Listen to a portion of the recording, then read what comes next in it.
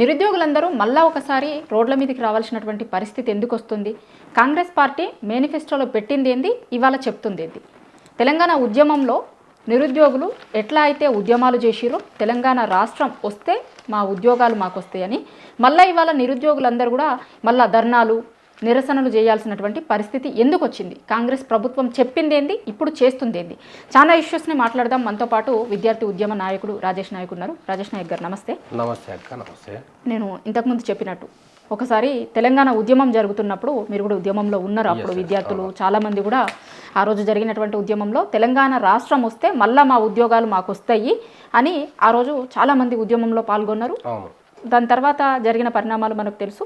ఇప్పుడు చాలామంది విద్యార్థులు ఏం చెప్తున్నారు అంటే, గతంలో వేసినటువంటి నోటిఫికేషన్లనే ఇప్పుడు వీళ్ళు చూపిస్తున్నారు తప్ప కొత్తగా వేసిన ఏం లేదు, 2 లక్షల ఉద్యోగాలు ఇస్తాము అని చెప్పి మాట తప్పిర్రు అనేది చాలామంది విద్యార్థులు చెప్తున్నమాట. మీరేమంటారు? ఇవాళ కవాతు చేస్తున్నటువంటి సందర్భంగా కావచ్చు, లేదంటే ధర్నాలు నిరసనలు చేస్తున్నటువంటి సందర్భం కావచ్చు, మళ్ళీ ఒకసారి ఎందుకు వచ్చింది?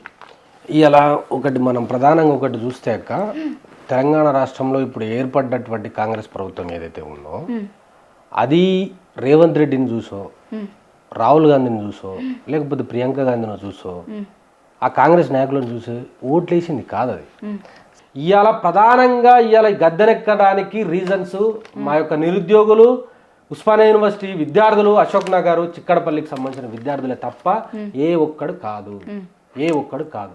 అలాంటి నిరుద్యోగులను 2 లక్షల ఉద్యోగాలు ఇస్తా అని చెప్పారు అక్క. 5 లక్షలకు సంబంధించిన భరోసా కార్డు ఇస్తా అని చెప్పారు. 4,000 రూపాయల నిరుద్యోగ భృతి ఇస్తా అని చెప్పారు. 10వ తరగతి పాస్ అయితే 10,000 ఇస్తా అన్నారు. ఇంటర్ పాస్ అయితే 20,000 అన్నారు. డిగ్రీ పాస్ అయితే 50 అన్నారు. పీజీ చేస్తే 1,00,000 అన్నారు. పిహెచ్డి చేస్తే 5 లక్షలు అన్నారు. నేను పిహెచ్డి, బట్ ఇప్పటి వరకు విడేంట్. వాళ్ళు నోటికి వచ్చినట్టు హామీలు ఇచ్చారు. అమ్మాయిలకు స్కూటీలు అన్నారు, ఫ్రీ వైఫై అన్నారు, ట్యాబ్లు అన్నారు, ల్యాప్టాప్లు అన్నారు. ఇష్టం వచ్చినట్టు హామీలు ఇచ్చి ఇలా గద్దెనెక్కి వాళ్ళు ఏం చేస్తారు అక్క అంటే మమ్మల్ని వంగబెట్టి కొడుతున్నారు తప్ప వేరేది ఏది లేదు. అరే నాయన శ్రీధర్ బాబుకి మేము ఒకటే చెప్తా ఉన్నాం, నువ్వు ఫ్యూచర్ సిటీ కడతా అంటే ఓటేయాలి, మూసి ప్రక్షాళన చేస్తా అంటే ఓటేయాలి, మాకు ఫార్మాసిటీ కడతా అంటే ఓటేయాలి, మాకు నిరుద్యోగ వృత్తి ఇస్తా అంటేనే ఓటేసినాం, మాకు 2 లక్షల ఉద్యోగాలు ఇస్తా అంటేనే ఓటేసినాం, మేము మాకు 5 లక్షలకు సంబంధించిన భరోసా కార్డు ఇస్తా అంటేనే ఓటేసినాం, ప్రతి ఏటా జాబ్ క్యాలెండర్ రిలీజ్ చేస్తా అంటేనే ఓటేసినాం. నా ఫ్యూచర్ సిటీకి నాకేం సంబంధం? నువ్వు ఎందుకు ఇస్తావు? నీకేం సంబంధం? ఇదే శ్రీధర్ బాబు, ఇదే మేనిఫెస్టోకి సంబంధించిన చైర్మన్ అక్క. ఇదే మేనిఫెస్టో చైర్మన్లో ఈయన 5వ గ్యారంటీ విలది యువ వికాసం అని పెట్టింది. ఆ యువ వికాసంలో 5 లక్షల విద్యా భరోసా కార్డు ఉన్నది, ఇచ్చిరాక. 2 లక్షల ఉద్యోగాలు ఇస్తా అని చెప్పారు, ఇచ్చిరాక. ఇయ్యలే కదా. అంటే వాళ్ళు 2 లక్షల ఉద్యోగాలు మొదటి ఏడాది ఇస్తాము అని చెప్పలేరంట కదా, 5 ఏళ్లలో ఇస్తాము అని మొన్న మహేష్ కుమార్ గౌడ్ గారు చెప్తున్నారు. అక్క ఇగో చూడండి, తెలంగాణ కాంగ్రెస్ సంబంధించిన official Twitter handle this is. And దీంట్లో సరూర్ నగర్ లో యూత్ డిక్లరేషన్ అంటే సభ పెట్టి దాంట్లో లక్షలాది మంది పిరగాలను కూర్చోబెట్టి అక్కడ ప్రియాంక గాంధీ తోటి రిలీజ్ చేపించిళ్ళు. మొదటి ఏడాదిలోనే 2 లక్షల ఉద్యోగాలు ఇస్తా అని చెప్పారు. ఇదైతే తప్పు కాదు, నేను చెప్పేది తప్పు కాదు. నేను చెప్పేది తప్పు అయినా కూడా ఇదైతే తప్పు కాదు. ఇది ప్రతిదీ డాక్యుమెంట్ ఎవిడెన్స్ రూపంలోనే వచ్చిన, నేను ప్రతిదీ నేను ఎవిడెన్స్ తోటే మాట్లాడుతున్నా. బట్ ఎక్కడ కూడా వాళ్ళు చేసిన తప్పులే, కానీ ఇయ్యలేదని చెప్తే ఎట్లక్క? వాళ్ళు ఇచ్చింది 5,800 ఉద్యోగాలే. కాంగ్రెస్ గవర్నమెంట్ వచ్చింది, వాళ్ళు కొత్తగా నోటిఫికేషన్ ఇచ్చి కొత్తగా దానికి ఎగ్జామ్ కండక్ట్ చేసి కొత్తగా రిజల్ట్ చేసి అయ్యే. గతంలో కేసీఆర్ గారు 1,90,000 ఉద్యోగాలకు ప్రక్రియ కంప్లీట్ అయిపోయింది. దాంట్లో 1,60,000 ఉద్యోగాలకు సంబంధించిన భర్తీ ప్రక్రియ అయిపోయింది. 40,000 ఉద్యోగాలకు సంబంధించిన ఉద్యోగాలు ఎగ్జామ్స్ కండక్ట్ అయినాయి, కానీ రిజల్ట్ కొన్ని అనివార్య కారణాలు, ఎలక్షన్ కోడ్ రావడంతో అలాంటి పరిణామాల వల్ల అవి పెండింగ్ అయినాయి. దానికి నువ్వు నీ గవర్నమెంట్ వచ్చినాక తెల్లారి నువ్వు నియామక పత్రాలు ఇస్తే ఎట్లయితాయి? నువ్వు ఇస్తా అన్న ఉద్యోగాలు ఇయ్యి, దాని గురించి మాట్లాడదాం కదా. చర్చ అది కదా. 2 లక్షల ఉద్యోగాలు కదా, 2 సంవత్సరాలు అయిపోయింది, 4 లక్షల ఉద్యోగాలు ఎక్కడ పోయినాయి మరి అడగాలి కదా. అందులో భాగంగానే ఇవాళ నిరుద్యోగులు ఆశపడుతున్నారు. ఏదైనా వీళ్ళు ఎలక్షన్ నోటిఫికేషన్ ఇస్తారు తప్ప ఉద్యోగ నోటిఫికేషన్ తెలంగాణలో లేదు. ఎలక్షన్ నోటిఫికేషన్ ఒకటి నడుస్తుంది, లిక్కర్ నోటిఫికేషన్ 2 నడుస్తుంది తప్ప తెలంగాణలో జాబ్ నోటిఫికేషన్ లేదక్క. అందులో ఒక ఎలక్షన్ కు ముందు ఒక నోటిఫికేషన్ ఇస్తారు అని చెప్పేసి ఆశపడ్డారు, కానీ నోటిఫికేషన్లు పోతున్నాయి కానీ మా జాబ్ నోటిఫికేషన్ రావట్లే. అందులో భాగంగానే ఇవాళ తెలంగాణలో మీరు అన్నటువంటి ఇందిరా పార్క్ దగ్గర ధర్నా చేస్తా ఉన్నారు విద్యార్థులు. ఏం గోస? ఏం గోసక్క, ఏం గోస?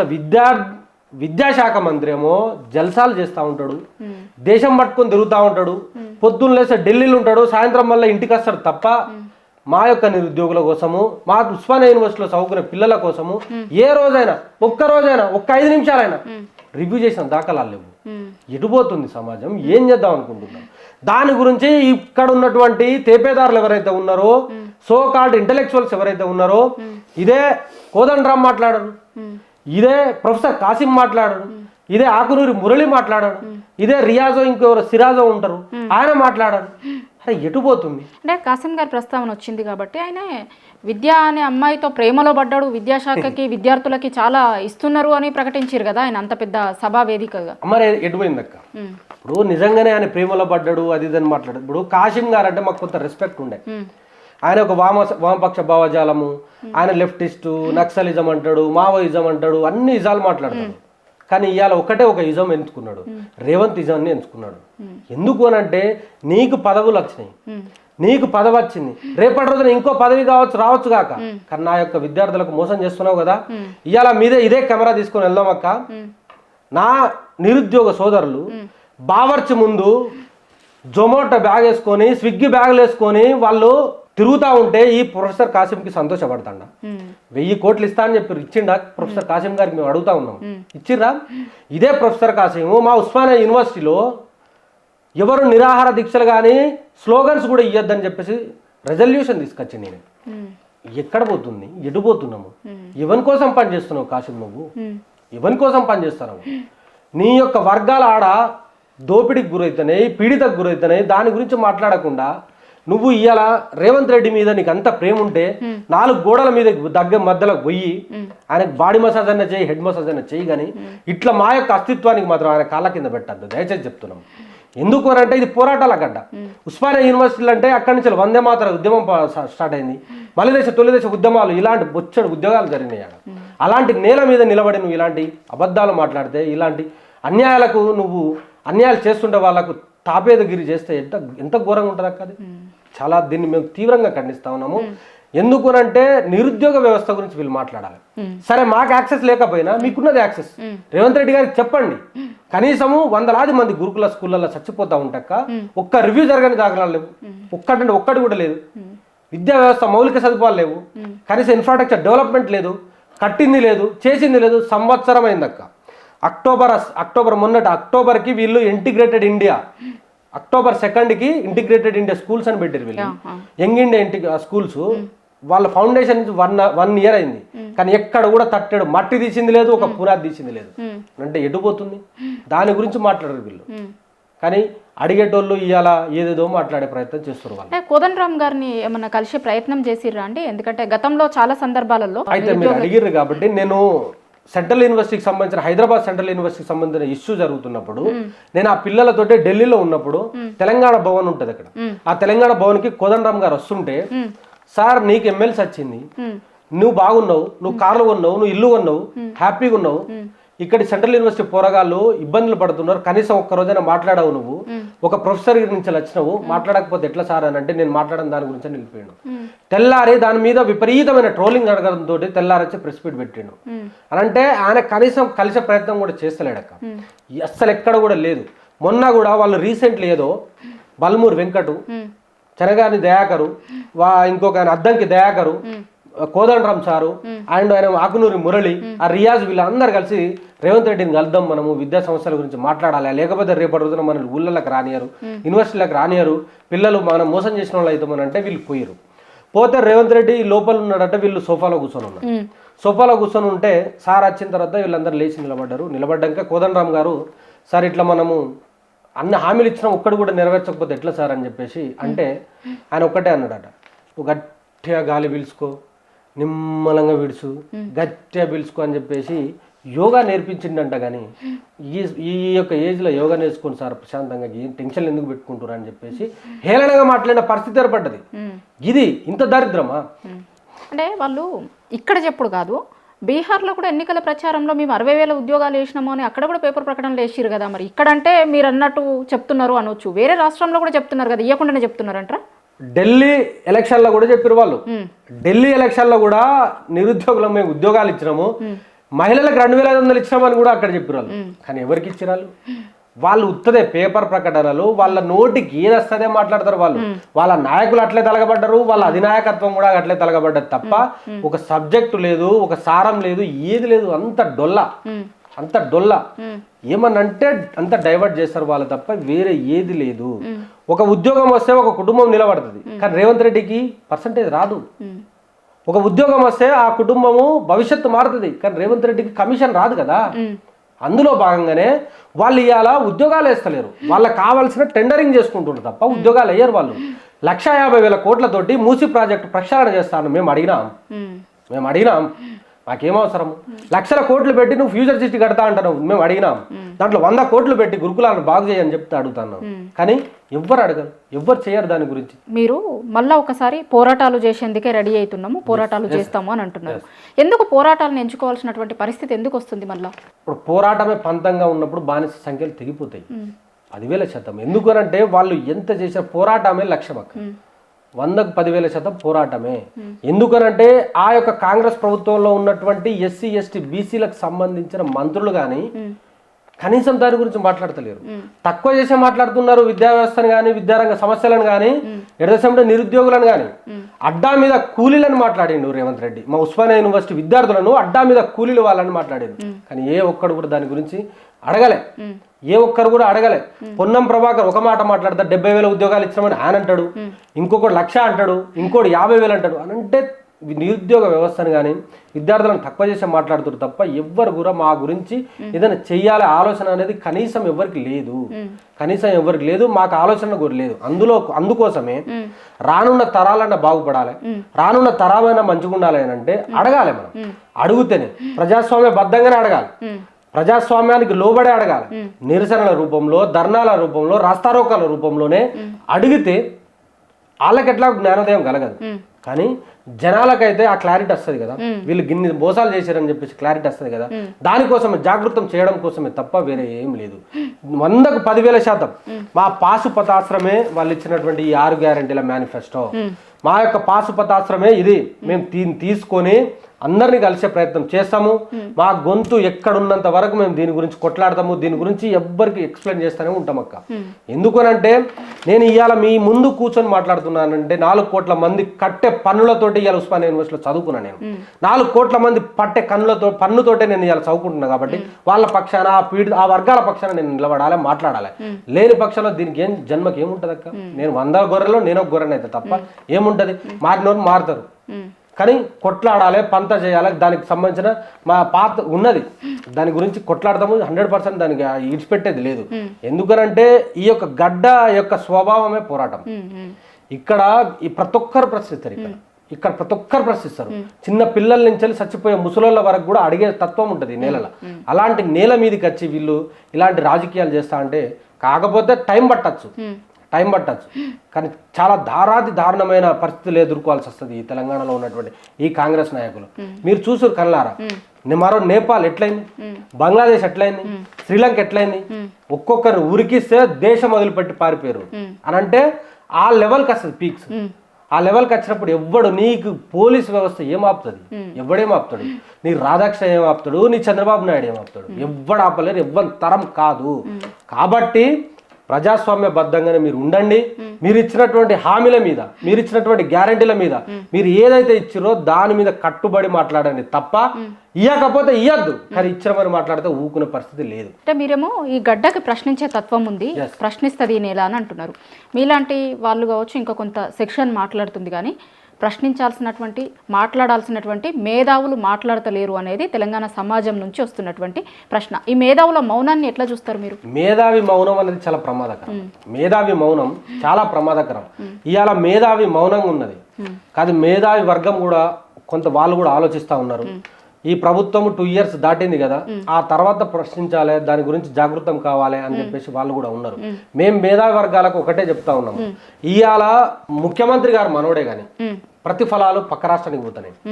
ముఖ్యమంత్రి మనోడే గాని పైసలు మాత్రం ఢిల్లీకి పోతున్నాయి. కాబట్టి జాగృతం కావాల్సిన అవసరం మనకు ఉన్నది.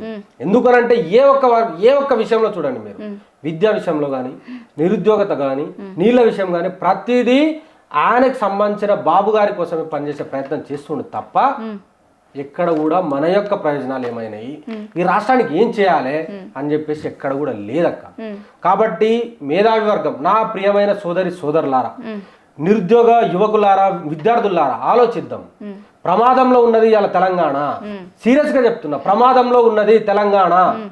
ఎందుకనంటే తెలంగాణ ఉద్యమం జరిగినప్పుడు కనీసం ఏ ఒక్క రోజైనా తెలంగాణకు సానుకూలంగా కానీ, తెలంగాణ ఏర్పాటు జరగాలని చెప్పేసి ఏ రోజు కూడా మాట్లాడని రాధాకృష్ణ దగ్గరికి పోయి నా తెలంగాణ రాష్ట్రానికి సంబంధించిన ముఖ్యమంత్రి ఇలా న్యూ ఇయర్ విషయం చెప్తున్నాడు అంటే దాని వెనకాల విపరీతమైన పెద్ద కుట్ర జరగబోతా ఉన్నది. కాబట్టి మేధావి వర్గం ఆలోచించాలి, జరగాలి. ఎందుకు అనంటే నీళ్ళ విషయంలో, బంకచర్ల విషయంలో ఎటువంటి దోపిడీ జరుగుతుందో మన కళ్ళ ముందు ఉన్నది, కనబడతా ఉన్నది. ఎట్ ద సేమ్ టైము ఇక్కడ ఉన్నటువంటి పెట్టుబడులు అటు తరలిపోతున్నాయో మన కళ్ళ ముందు కనబడతా ఉన్నది. దానికి అంతటికి రీజన్ ఎవరు అని అంటే ఇక్కడ ఉన్నటువంటి పాలక వర్గాలు. కాబట్టి దయచేసి మనం జాగృతం కావాలి. కాకపోతే హైదరాబాద్ను యూటీ చేయాలనే ఆలోచన కూడా ఒకటి ఉన్నది, వినిపిస్తా ఉన్నది. మీరు అప్పుడు ఎంపీ ఎలక్షన్ల టైంలో స్వయాన వీళ్ళ జాతీయ అధ్యక్షుడు ఖర్గే గారు మాట్లాడిన మాటలు అవి. హైదరాబాద్ని యూటీ చేస్తే బాగుంటుందని చెప్పేసి ఖర్గే గారు మాట్లాడిండు. ఆ రికార్డ్స్ ఉన్నాయి. కాబట్టి అది రేపటి రోజున అది కార్యరూపం దాల్చవచ్చు. కాబట్టి అలాంటి ప్రమాదం పొంచి ఉన్నది. కాబట్టి మనము జాగృతం కావాలి, మేల్కోవాలి. అందులో భాగంగా వాళ్ళు చిన్నగా పోరాడే నాయకులు ఎవడైతే ఉన్నాడో తెలంగాణలో, కేసీఆర్ లాంటోడు, కేటీఆర్ లాంటోడు, హరీష్ రావు లాంటి వాళ్ళకు నోటీసులు ఇస్తా ఉన్నారు. వాళ్ళను జైలుకు పంపాలనే ప్రయత్నం చేస్తా ఉన్నారు. వాళ్ళు ఒక్కసారి జైలుకి వెళ్ళిపోతే మనము దీన్ని విచ్చలవిడిగా దన్నుకోవచ్చు, విచ్చలవిడిగా సంపాదించుకోవచ్చు, విచ్చలవిడిగా దీన్ని తీసుకుపోయి దాంట్లో కలపచ్చు అనే ఉద్దేశంలో భాగంగా ఇవాళ చేసే ప్రయత్నం జరుగుతూ ఉన్నది, కుట్ర జరుగుతూ ఉన్నది. ఎందుకంటే మనం మేల్కోకపోతే మాత్రము తెలంగాణ రాష్ట్ర 4 కోట్ల మందిని మనము మోసం చేసిన ఉన్నాం రైతము. కాబట్టి జాగ్రత్తగా ఆలోచిద్దాం. దీని గురించి ఎక్కడ పడితే అక్కడ మనము నిరసనలు తెలపాలి, నినదించాలి, అడగాలి. ప్రశ్నిస్తున్నటువంటి కేసీఆర్ గారు లాంటి వాళ్ళని వీళ్ళ మీద కేసులు పెడుతున్నారు. ఆయన మీద ఇంకొక మాటలు కూడా మాట్లాడారు, జాతిపితకి సంబంధించినటువంటి మాటలు. ఎట్లా రియాక్ట్ అవుతారు దీని మీద మీరు? 10,000% కేసీఆర్ గారే కదా జాతిపిత. తెలంగాణ రాష్ట్రానికి జాతిపిత కేసీఆర్ గారు. ఎందుకు కేసీఆర్ గారు అని అంటే ఇవాళ కోదండరామ్ గారిని ఏదో సంబోధిస్తూ మాట్లాడుతున్నారే. కోదండరామ్ గారికి జేఏసీ చైర్మన్ చేసిందే, ఆ ఆలోచన వచ్చిందే కేసీఆర్ గారికి. కేసీఆర్ గారు తీసుకపోయి అక్కడ జానారెడ్డి గారి ఇంట్లో కూర్చోబెట్టి ఈయన ఉంటే బాగుంటుందని చెప్పేసి ఆయన చేసిన ప్రయత్నం అది. చావు నోట్లో తలకాయ పెట్టి ఈవెన్ ఆయన యొక్క పదవులను తృఢప్రాయంగా పడేసి ఇవాళ తెలంగాణ రాష్ట్రాన్ని సంపాదించండి. ఇవాళ అప్పుడు మనము కాంగ్రెస్ తోటి కోయలేషన్లో ఉన్నప్పుడు, టీఆర్ఎస్ పార్టీ అప్పుడు టీఆర్ఎస్ పార్టీ కోయలేషన్లో ఉన్నప్పుడు అప్పుడు మన రాష్ట్రానికి ఇన్ఛార్జి, ఉమ్మడి తెలంగాణ ఆంధ్రప్రదేశ్ రాష్ట్రానికి ఇన్ఛార్జ్ ఎవరు అని అంటే వాయలార్ రవి అని ఒక మంత్రి గారు ఉండే, కాంగ్రెస్ మంత్రి. అతను ఏమన్నారు అని అంటే, రావు గారు మీకు ఎందుకు ఇబ్బంది, ఎందుకు లొల్లి చేస్తా ఉన్నారు మీరు, మీకు ఎన్ని మంత్రి పదవులు కావాలో నేను ఇస్తా కదా, నువ్వు ఒక మంత్రి తీసుకో, ఇంకా 3-4 మంత్రులు తీసుకోరు, కేంద్ర మంత్రులు తీసుకోర్రి. ఎందుకు మీకు అంటే నా తెలంగాణ రాష్ట్రం ఇంపార్టెంట్, నా యొక్క ప్రయోజనాలు ఇంపార్టెంట్, నా తెలంగాణ రాష్ట్రం సాధించడం అని నా ధ్యేయము, అందుకోసమే నీ యొక్క కూటమిలో ఉన్నారా బాబు నేను, లేదు అంటే నువ్వు ఇయ్యను అని అంటే ఇప్పుడే బయటకు వచ్చేస్తా అని చెప్పేసి అక్కడ పడేసి బయటకు వచ్చిన మొగోడు కేసీఆర్. అలాంటి పదవులను బయట పడేసి వచ్చినోడు ఇవాళ కేసీఆర్ను ఇవాళ వీళ్ళు జాతిపిత కాదనంటే తెలంగాణ రాష్ట్రం క్షమిస్తుందా అక్క? వీళ్ళు ఎక్కడున్నారు? వీళ్ళు తెలంగాణ రాష్ట్రం అప్పుడు ఉద్యమం జరిగినప్పుడు ఎక్కడున్నాడు? చంద్రబాబు నాయుడుకు బూట్లు నాకుతా ఉండే వీళ్ళంతా. ఇవాళ వీళ్ళు మాట్లాడితే ఏం చెప్పాలి? వీళ్ళకు ఏం చెప్పాలి? కాబట్టి బాజాప్తా గల్లా ఎగరోసుకొని చెప్తున్నాము, మా యొక్క నాయకుడు కేసీఆర్, తెలంగాణ రాష్ట్రానికి జాతిపిత కేసీఆరే, వేరే ఎవ్వరు లేరు. ఎందుకనంటే అందరిని ఏకతాటిపై తీసుకొచ్చి అప్పటికే దాదాపుగా 40-50 సంవత్సరాలు కొట్లాడారు. ఇది కాని పని, ఈ తెలంగాణ రాష్ట్రం సాధించలేమని చెప్పేసి పక్కకేసినప్పుడు కేసీఆర్ గారు వచ్చి దాన్ని భుజాన వేసుకొని నడిపించి తెలంగాణ రాష్ట్రాన్ని సాధించి పెడితే ఇవాళ వీళ్ళు ఏమంటున్నారక్క అంటే తెలంగాణ కేసీఆర్ ఉండద్దు, ఈ ఆనవాళ్ళు కనబడద్దు, ఈయన మొత్తం ఖతం చేయాలనే ఉద్దేశంలో భాగంగా ఇలా చేస్తున్నారా? తెలంగాణ రాష్ట్రం క్షమిస్తుందా? చరిత్ర క్షమిస్తుందా? ఇలా కేసీఆర్ గారి త్యాగాలు చెప్పుకుంటా పోతే చాలా వేలాది త్యాగాలు ఉన్నాయి. ఎన్ని త్యాగాలు చేశారు. ఆమెను నిరాహార దీక్ష చేశారు కదా, గత్యంతరం లేక దిగచ్చి వాళ్ళు తెలంగాణ రాష్ట్ర ప్రకటన చేస్తే మళ్ళీ తెల్లారి మళ్ళా విరమించుకున్నారు. అప్పుడు ఏమన్నారు మరి వీళ్ళంతా. కాబట్టి కేసీఆర్ గారే జాతిపిద, దాంట్లో ఎటువంటి ఏది లేదు, భేషజం లేదు, ఎటువంటి డౌట్ లేదు. Thank you. Thank you.